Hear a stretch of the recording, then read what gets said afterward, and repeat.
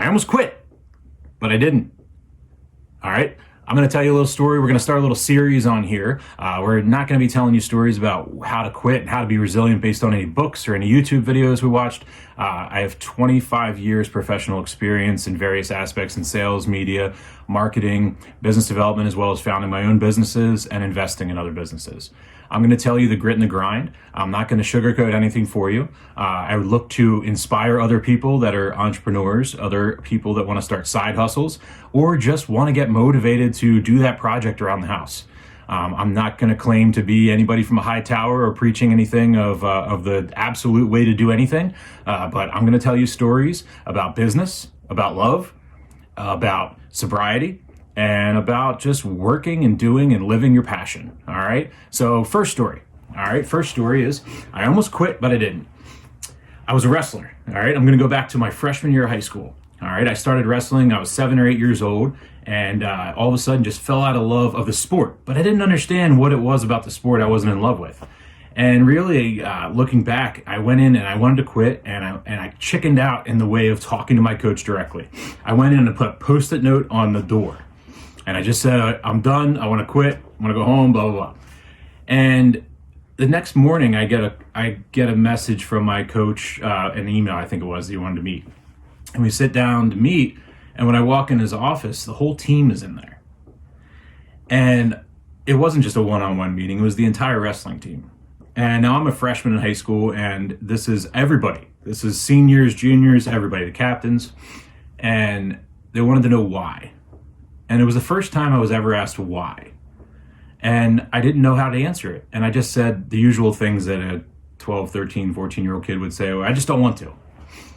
And in that conversation, we had a group conversation, and I ended up sharing it was really the socialization piece. I had missed some friends. I got a academic scholarship and wrestling scholarship to a boarding school. So I had left all of my friends that I had known my entire life. And in that conversation with this group of people, I learned about evolution of change. And I learned that, sometimes, it doesn't mean anything negative when you have to transition life into different chapters, and sometimes maybe close another chapter or leave it open for later, which is what I usually do, and move forward. And when we started having that conversation, I realized that it wasn't about the sport. It was about the camaraderie. It was about the personal, intimate connections that I had with friends in the town I lived in prior. And I ended up staying with the sport.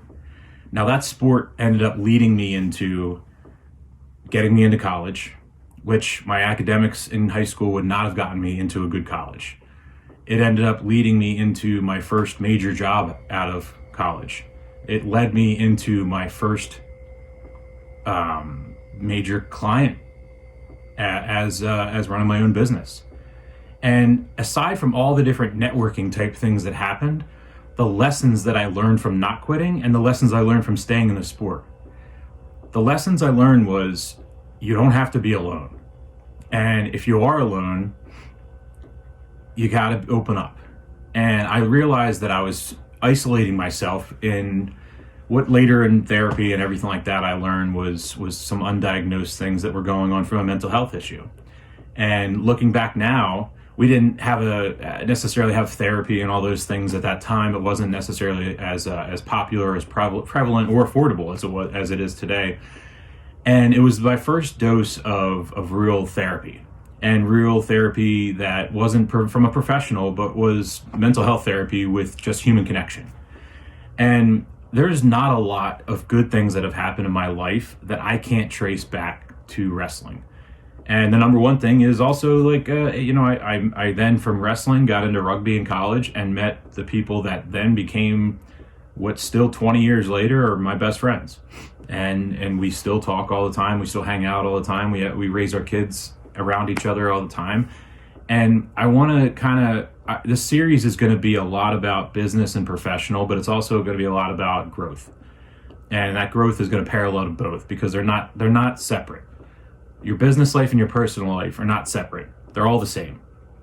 So I'm going to be telling you every day I'm going to post up a video, and it's going to tell you a different story over the past 25 years of what I learned.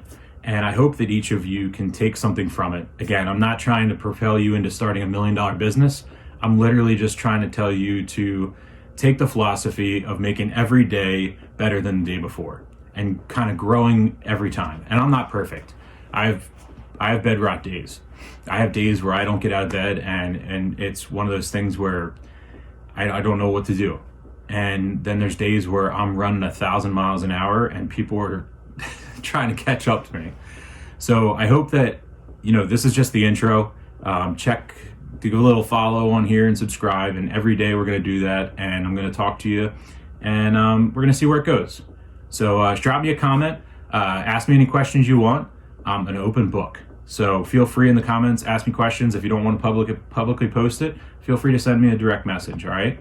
I'm looking forward to this, all right? I'll talk to you soon.